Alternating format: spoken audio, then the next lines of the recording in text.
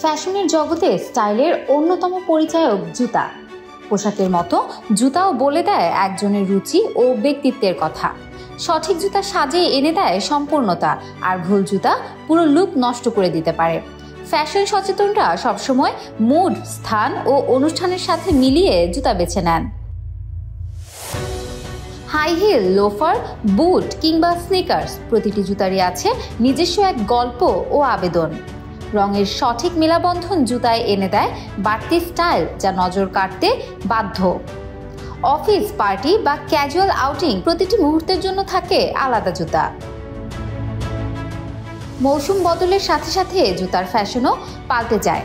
যেমন বর্ষায় ওয়াটারপ্রুফ বা শীতে বুট জনপ্রিয় হয়ে ওঠে। ট্রেন্ডি ডিজাইন আত্মবিশ্বাস বাড়িয়ে তোলে। আবার ভিন্টেজ জুতা এনে দেয় এক অনন্য রেট্রো লুক। তাই বলা যায়, জুতা শুধু পায়ের আবরণ নয়, এটা আপনার স্টাইল আইডেন্টিটি, যা নীরবে আপনার গল্প বলে যায়। জুতার গল্প আসলে মানুষের জীবন ও সংস্কৃতির গল্প। অনেক বছর আগে মানুষ পা রক্ষা করার জন্য গাছের ছাল, পশুর চামড়া বা কাপড় দিয়ে পা মুড়ে রাখত। এতে পা গরম বা ঠান্ডা থেকে বাঁচত এবং পাথর বা কাঁটার আঘাত লাগতো না। প্রাচীন মিশরে ধনী ও ক্ষমতাবানরা সুন্দর স্যান্ডেল পরতেন, যেগুলোতে রং বা রত্ন দিয়ে সাজানো থাকতো। গ্রিসে খেলোয়াড়দের জন্য হালকা স্যান্ডেল, সৈন্যদের জন্য শক্ত বুট, আর সাধারণ মানুষের জন্য সোজা সাধারণ জুতা ছিল। রোমান সাম্রাজ্যে কারো জুতার ধরন দেখে বোঝা যেত তিনি কোন পদে আছেন বা কত ধনী।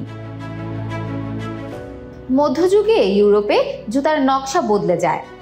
অভিজাতদের জন্য লম্বা সামনের অংশওয়ালা জুতা জনপ্রিয় ছিল। যারা মাঠে কাজ করতেন তারা মোটা চামড়ার বুট পরতেন। তখনই প্রথমবার মানুষের পায়ের মাপ অনুযায়ী জুতা বানানোর প্রচলন শুরু হয়। শিল্প বিপ্লবের পর হাতে তৈরি জুতার বদলে কারখানায় তৈরি জুতার আগমন ঘটে।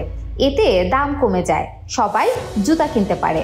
19 শতকে রাবারের তলা দেওয়া জুতা তৈরি হয়। 1839 সালে চার্লস গুডইয়ার রাবার শক্ত করার পদ্ধতি বের করেন, ফলে এই জুতাগুলো আরো টেকসই হয়। এভাবেই স্নিকার্সের শুরু। 20 শতকের প্রথম দিকে স্নিকার্স কেবল খেলাধুলায় ব্যবহার হতো। কনভার্স ও অ্যাডিডাস তখন জনপ্রিয় হয়। দ্বিতীয় বিশ্বযুদ্ধের পর আমেরিকায় তরুণদের মধ্যে স্নিকার্স, জিন্স আর টি শার্ট এক ধরনের ফ্যাশন হয়ে ওঠে।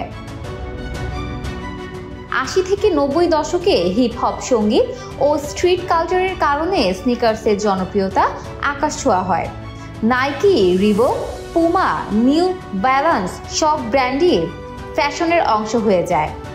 মাইকেল জর্ডানের জন্য নাইকি এয়ার জর্ডান সিরিজ তৈরি হলে সেটি স্নিকার্স প্রেমীদের জন্য কালেকশন আইটেম হয়ে ওঠে। এখন স্নিকার্স শুধু খেলার মাঠে নয়, অফিস পার্টি, এমনকি বিয়ের অনুষ্ঠানেও দেখা যায়।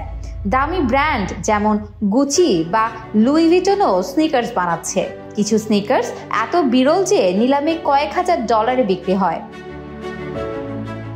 প্রাচীন চামড়ার স্যান্ডেল থেকে আজকের আধুনিক স্নিকার্স, এটি শুধু জুতার ইতিহাস নয়, মানুষের জীবনযাত্রা ও ফ্যাশনের পরিবর্তনের গল্প। আগে জুতা ছিল বেঁচে থাকার জন্য, আর এখন এটি নিজেকে প্রকাশের অন্যতম উপায়। Desk report, campus Times.